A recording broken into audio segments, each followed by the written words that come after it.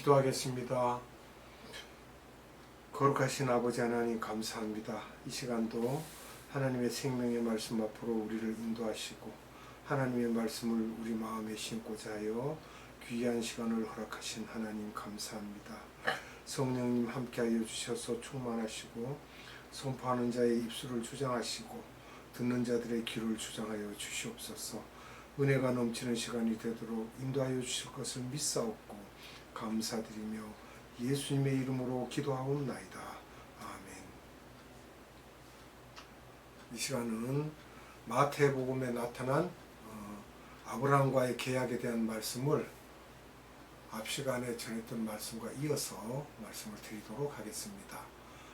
예수님께서 3년 공생애 중에서 마태복음 1장에서 9장까지는 1단계 제자 훈련 단계였습니다. 마태복음 10장 1절을 봅니다. 예수께서 그 12 제자를 부르사 더러운 귀신을 쫓아내며 모든 병과 모든 약한 것을 고치는 권능을 주시니라. 아멘. 12 제자에게 권능을 주신 것이죠. 영적 의미로 보면 영적 의미로 이것을 우리가 생각한다면 전도 용언으로 보내신 것입니다. 임시적이고 잠시라고 볼 수 있죠. 마태복음 10장 2절로 4절입니다. 12 사도의 이름은 이러하니 베드로라 하는 시몬을 비롯하여 그의 형제 안드레와 세베대의 아들 야고보와 그의 형제 요한, 빌립과 바돌로메, 도마와 세리 마테, 알페오의 아들 야고보와 다데오, 가나안인 시몬과 및 가룟 유다 곧 예수를 판자라. 아멘. 12 제자 즉 사도들입니다. 후일에 가룟 유다 대신에 마띠아를 따로 세우시죠. 사도행전 1장 23절로 26절에 기록이 되어 있습니다. 마태복음 10장 5절로 6절입니다. 예수께서 이 12를 내어 보내시며 명하여 가라사대 이방인의 길로도 가지 말고 사마리아인의 고을에도 들어가지 말고 차라리 이스라엘 집에 잃어버린 양에게로 가라. 아멘. 제일 먼저 이스라엘 사람에게 복음을 전하라고 하십니다. 그것은 아브라함과의 계약 때문에 그렇죠. 상단복에 해당하는 말씀입니다. 유대인이 먼저 전도를 받고 그들이 복음을 받아들이고 그 다음에 이방인으로 간다는 이야기입니다. 마태복음 10장 16절로 18절을 봅니다. 보라 내가 너희를 보냄이 양을 이리 가운데 보냄과 같도다. 그러므로 너희는 뱀같이 지혜롭고 비둘기같이 순결하라. 사람들을 삼가라. 저희가 너희를 공회에 넘겨주겠고 저희 회당에서 채찍질하리라.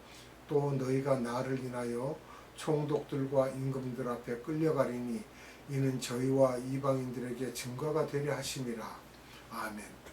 17절에 보면 핍박을 받을 것이라는 것이죠. 18절은 총독과 임금 이방들에게 증거를 해야 된다는 것입니다. 이것이 이방 선교의 예표가 되겠습니다. 마태복음 10장 20절을 봅니다. 말하는 이는 너희가 아니라 너희 속에서 말씀하시는 자 곧 너희 아버지의 성령이시니라. 아멘.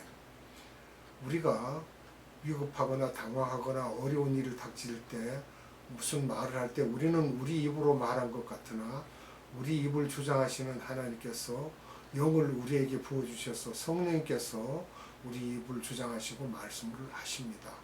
우리는 그것을 확실히 믿어야만 됩니다. 마태복음 11장 10절로 14절입니다. 기록된 바 보라 내가 내 사자를 내 앞에 보내노니 저가 내 길을 내 앞에 예비하리라 하신 것이 이 사람에 대한 말씀이니라. 내가 진실로 너희에게 말하노니 여자가 낳은 자 중에 세례 요한보다 큰 이가 일어남이 없도다. 그러나 천국에서는 극히 작은 자라도 저보다 크니라. 세례 요한의 때부터 지금까지 천국은 침노를 당하나니 침노하는 자는 빼앗느니라. 모든 선지자와 및 율법에 예언한 것이 요한까지니 만일 너희가 즐겨 받을진대 오리라 한 엘리야가 곧 이 사람이니라. 아멘. 예수님이 세례 요한에 대해 말씀하시는 장면이죠. 너희가 엘리야를 기다리고 있지만 그 그 사람이 이 사람이다 라고 말하고 있습니다. 마태복음 11장 20절로 24절 말씀입니다. 예수께서 권능을 가장 많이 베푸신 고을들이 회개치 아니하므로 그때 책망하시되 화 있을진저 고라시나 화가 있을진저 벳세다야 너희에게서 행한 모든 권능을 두로와 시돈에서 행하였더라면 너희가 벌써 베옷을 입고 제에 앉아 회개하였으리라. 내가 너희에게 이르노니 심판날에 두로와 시돈이 너희보다 견디기 쉬우리라. 가버나움아 내가 하늘에까지 높아지겠느냐 음부에까지 낮아지리라. 내게서 행한 모든 권능을 소돔에서 행하였다면 그 성이 오늘날까지 있었으리라. 내가 너희에게 이르노니 심판날에 소돔 땅이 너보다 견디기 쉬우리라 하시니라. 아멘. 소돔이 멸망당했는데 그 멸망당한 소돔보다도 이분들이 더 악하다고 말하고 있습니다. 예수님이 갈릴리에서, 즉 가버나움이죠, 갈릴리에서 복음을 가장 많이 전하셨지만 오히려 두로와 시돈 사람이 더 많이 와서 복음을 들었고 아예 복음을 듣지도 못한 소돔이 더 복음을 잘 받아들일 것이라고까지 말씀을 하고 있습니다. 이것은 이방인에게 복음이 들어가는 하단복을 우리가 생각할 수 있습니다. 마태복음 12장 38절로 39절입니다.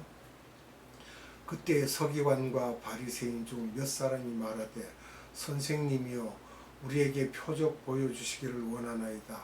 예수께서 대답하여 가라사대 악하고 음란한 세대가 표적을 구하나 선지자 요나의 표적밖에는 보일 표적이 없느니라. 아멘. 서기관과 바리새인들이죠. 이 사람들은 근데 유대인들입니다. 상단복을 받은 사람들인데도 악하고 음란한 세대로 말씀을 하고 있습니다. 근데 또 표적을 원하죠. 그런데 거기에서 선지자 요나의 표적밖에 없다라고 분명히 말씀하십니다. 이것은 우리가 예표로 잘 생각해야 할 것은 물고기 뱃속에서 3일 동안 있었습니다. 그리고 예수님이 3일 만에 부활한 예표로서 우리에게 보여주는 표적이라는 것입니다. 요나는 어떤 사람입니까? 이스라엘 사람의 예표입니다. 니느웨 사람에게 복음을 전파하라고 명령을 했는데 선교사로 파송받은 것이죠. 근데 불순종해서 딴 데로 가다가 나중에 순종해서 니느웨로 가서 복음을 전하는데 이것은 이방 전체를 위한 복음 전파라고 우리가 할 수 있겠습니다. 요나서는 구약의 선교장입니다. 이방인 구원을 원하시나 유대인이 가지 않음을 표현하고 계시죠. 예수님께서 3일 후에 부활하신 후에 이방의 복음 전파할 것을 말씀하시고 또 회개하라고 하셨죠. 창세기 3장 15절에 여자의 후손과 연결되어서 아브라함과 계약과 관계된 내용들을 우리가 살펴볼 수가 있습니다. 마태복음 13장은 천국에 관해서 7가지 비유를 말씀하고 계십니다. 같은 맥락에서 우리가 이것을 봐야 됩니다. 첫째, 4가지 땅에 뿌려진 씨를 말하고 있죠. 또 두 번째는 겨자씨만한 것을 우리가 믿음의 그 가장 작은 것이라도 크게 보십니다. 그 다음에 누룩에 대해서 말씀하시고 13장 36절에 43절까지는 가라지에 대해서 말씀하시고 마태복음 13장 44절은 밭에 감추인 보화에 대해서 말씀하십니다. 또 13장 45절로 46절은 진주장사에 대해서 말씀하시고 47절에서 50절까지는 바다에 치는 그물에 비유해서 말씀을 하십니다. 마태복음 14장 13절에서 21절에는 오병이어의 사건이 기록되어 있고요. 마태복음 15장 21절에서 23절은 두로와 시돈에 대해서 말씀하시는데 이방 전체를 말씀하는 것과 마찬가지입니다. 가나안 여자도 역시 이방 여자지요. 마태복음 15장 24절을 봅니다. 예수께서 대답하여 가라사대 나는 이스라엘 집에 잃어버린 양 외에는 다른 데로 보내심을 받지 아니하였노라 하신대. 아멘. 유대인을 기쁘시게 하시려고 이런 말씀을 하신 것입니다. 그러나 예수님은 가나안 여자를 통해 제자들을 훈련시키고 계십니다. 역시 이방인 구원에 예수님께서는 초점을 맞추고 계십니다. 마태복음 15장 26절로 27절 말씀입니다. 대답하여 가라사대 자녀의 떡을 취하여 개들에게 던짐이 마땅치 아니하니라. 여자가 가로되 주여 올소이다마는 개들도 제 주인의 상에서 떨어지는 부스러기를 먹나이다 하니. 아멘. 개들, 유대에서는 이방인들을 개들로 그렇게 지칭하고 있었습니다. 성령님께서 여자를 통해 대답하게 하신 것이죠. 그래서 유대인이 복음을 먼저 받는 것도 맞으나 우리 이방에게도 복음을 받게 해달라고 함으로써 이방 선교에 유대인이 힘쓰도록 가르치시는 장면을 드러내놓고 말씀하고 있는 것입니다. 마태복음 16장 1절에서 4절에 표적을 구합니다. 그 표적은 무슨 표적이에요? 그러나 요나의 표적밖에 없다라고 하셨고, 마태복음 17장 1절은 변화산에 대한 말씀을 하십니다. 마태복음 16장 28절에 왕권을 가지고 오는 것을 볼 자들 이렇게 말씀하셨는데, 그것의 해답이 마태복음 17장 1절로부터 기록되어 있습니다. 베드로와 야고보와 요한이 산에 올라가서 그것을 직접 봤습니다. 마태복음 18장 1절에서부터 천국에서 큰 사람에 대한 말씀을 이어가고 있습니다. 그런데 예수님의 말씀은 어린아이와 같이 자기를 낮추는 자가 천국에 들어가고 큰 사람이라는 것을 말씀하십니다. 마태복음 19장 1절에서부터 지킬 것과 버릴 것에 대한 말씀을 하시고요.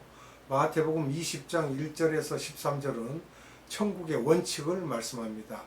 시간마다 부르는 사람이 다른데 품삯은 같다는 말씀을 분명히 우리에게 알려주고 계십니다.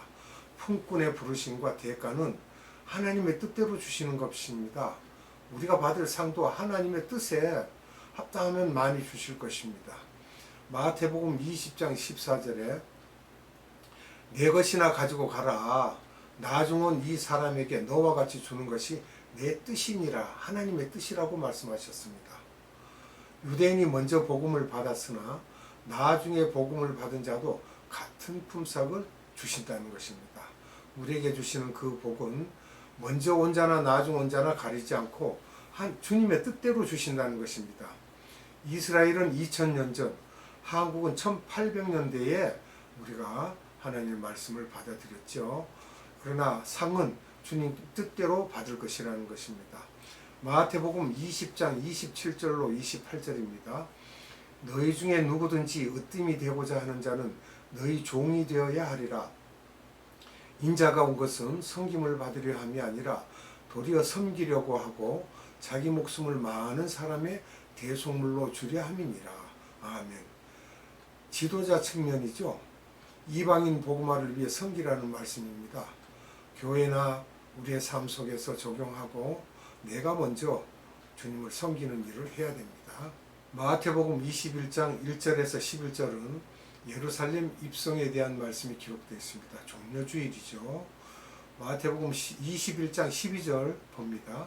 예수께서 성전에 들어가서 성전 안에서 매매하는 모든 자를 내어 쫓으시며 돈 바꾸는 자들의 상과 비둘기 파는 자들의 의자를 둘러 엎으시고. 아멘. 여기 보면 유대인들이, 즉 이스라엘인들이죠. 유대인들이 오실 예수님을 위한 연습을 과거 1500년 동안 성막을 짓고 계속했으나 동물의 피를 흘리는 제사가 예수님의 십자가 사건임을 모르고 있는 모습에 영적인 소경이라는 것으로 화를 내시고 있는 것입니다. 마태복음 21장 13절은 예수님이 하나님의 뜻을 이루고 계시면서 하시는 말씀입니다.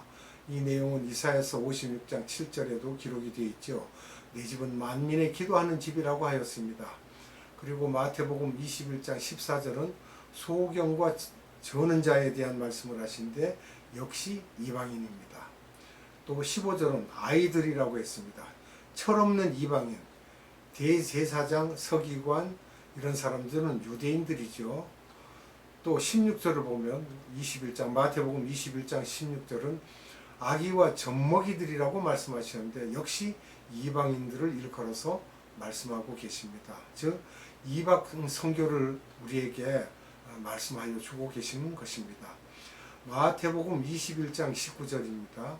길가에서 한 무화과 나무를 보시고 그리로 가사 잎사귀 밖에 아무것도 얻지 못하시고 나무에게 이르시되 이제부터 영원토록 내게 열매를 맺지 못하리라 하시니 무화과 나무가 곧 마른지라. 아멘. 월요일에 무화과 나무에 대한 말씀을 하신데 이스라엘 나라를 예표하고 있는 말씀이죠. 유대를 위해서. 또 예수님의 분명한 메시지를 그 나라 전체가 갖지 못한다는 저주의 말씀입니다. 신명기 32장 15절로 21절에 유대인의 영적 눈이 감길 것을 미리 말씀하셨죠. 그것이 실제로 일어나고 있는 것입니다.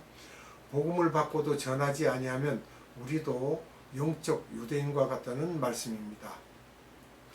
이스라엘 나라의 저주는 실제 언제였는가 우리가 살펴보면 BC 4년에 주님이 탄생하셨습니다.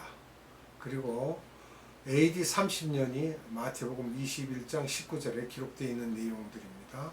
그리고 40년이 지난 AD 70년에 실제로 그 저주가 일어납니다. 이스라엘 패망이 거기서 일어나죠. 예루살렘 성전이 완전히 파괴되고 무너집니다. 그래서 우리는 이 40년은 하나님이 준비하시는 기간으로 또 보시면 우리가 이해가 쉽습니다. 마태복음 24장 32절은 화요일입니다. 저주받은 무화과 나무에 다시 싹이 난다는 말씀을 하고 계십니다. 이 말씀은 1948년부터 구체적으로 유대인이 눈을 뜨기 시작했습니다. 그 숫자는 오늘날에 이르러 약 10만 명가량이 된다라고 하고 있습니다. 계시록 7장 1절에서 8절에 요한의 환상 속에서 14만 4천 명의 유대인의 모습과 공중 혼인잔치를 우리가 보게 됩니다. 마태복음 21장 28절로 32절에 첫째 아들, 즉 유대인입니다. 첫째 아들이 가겠다고 하고 소수만 갔습니다. 그러니까 다 안 갔죠. 둘째 아들은 가기 싫다고 했습니다. 그러나 싫다고 하더니 뉘우치고 갔습니다. 이게 이방인을 우리가 상징하고 있습니다. 포도원은 이 세상이죠. 그리고 포도는 복음의 씨입니다. 포도주는 예수님의 보혈입니다.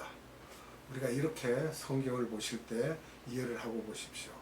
마태복음 21장 33절에 한 집주인에 대한 말씀을 하시는데 그 주인은 성부 하나님이시죠. 포도원은 이 세상이고 농부는 유대인입니다. 마태복음 21장 34절에 종들이라고 하는 말씀은 구약의 선지자들입니다. 또 마태복음 21장 35절에는 유대인들, 선지자들을 핍박하고 있는 장면을 말하고 있습니다. 마태복음 21장 37절은 아들이 나옵니다. 그 아들은 예수님이죠. 또 마태복음 21장 39절에 포도원 밖에라는 말씀을 합니다.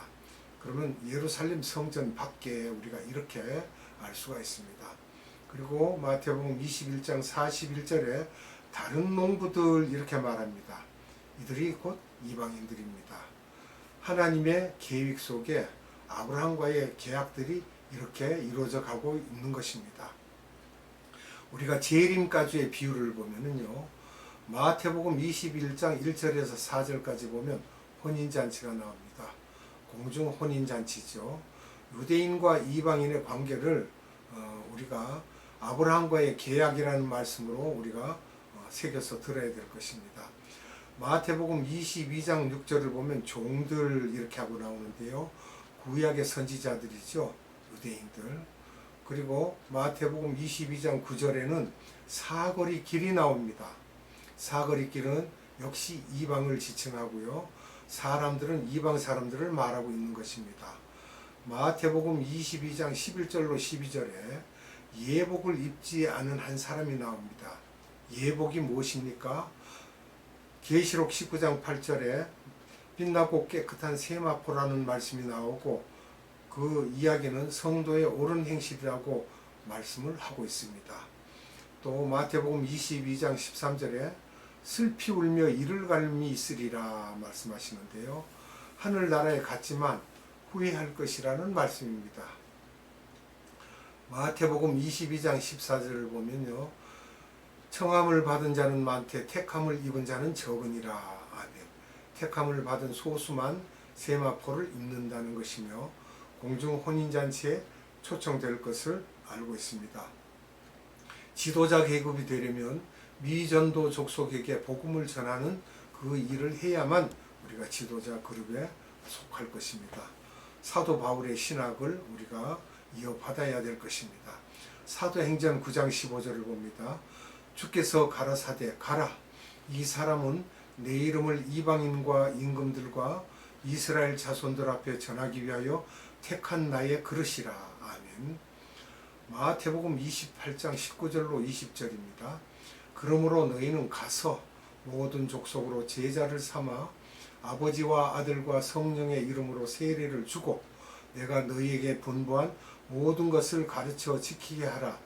볼지어다 내가 세상 끝날까지 너희와 항상 함께 있으리라 하시니라. 아멘. 주님의 지상명령이죠. 유럽의 국가 발전 속에 늘 소수만이 미전도 족속을 향해 나아가므로 주님의 뜻이 이루어집니다. 이렇게 제자들을 훈련시킨 후에 예수님께서는 제자들에게 지상명령을 내리십니다. 사복음서에 있는 예수님의 메시지를 통하여 훈련시킨 후에 사도행전이 시작되죠. AD 1세기부터 지금 현재까지 이방 선교에 매진하여 예수님의 뜻을 이루어가고 있는 것입니다. 우리가 이 미전도 족속 선교의 마지막 일꾼들입니다. 지금 현재 우리들이요, 사복음서와 사도행전 모든 것이 주님의 지상명령을 행하라는 말씀입니다. 기도하겠습니다. 거룩하신 아버지 하나님 감사합니다. 오늘도 우리에게 주신 생명의 말씀, 하나님께서 아브라함과 약속을 하셔서 그에게 복을 주시고 하나님의 생명의 말씀을 온 세상에 전파하라고 하신 그 내용들을 우리가 살펴보았습니다. 오실 예수님을 우리가 맞이하여서 그분께서 하신 말씀을 우리가 지켜 행하며 또한 주님께서 내리신 지상명령을 우리가 행하고 그것을 실행하여야 될 텐데 아직까지 머뭇거리고 있는 아버지의 백성들이 있다면 오늘 생명의 말씀을 받은 자들이 힘을 내어서 그 일을 감당할 수 있도록 역사하여 주시옵소서. 생명의 말씀을 우리에게 주신 아버지 하나님께 무한한 감사와 찬양과 영광을 올려드리옵고 예수님의 이름으로 감사하며 기도드리옵나이다. 아멘. 주님 가르쳐준 기도로 예배를 마치도록 하겠습니다.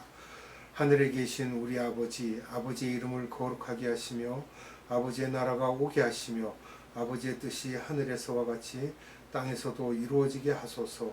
오늘 우리에게 일용할 양식을 주시고 우리가 우리에게 잘못한 사람을 용서하여 준 것 같이 우리 죄를 용서하여 주시고 우리를 시험에 빠지지 않게 하시고 악에서 구하소서.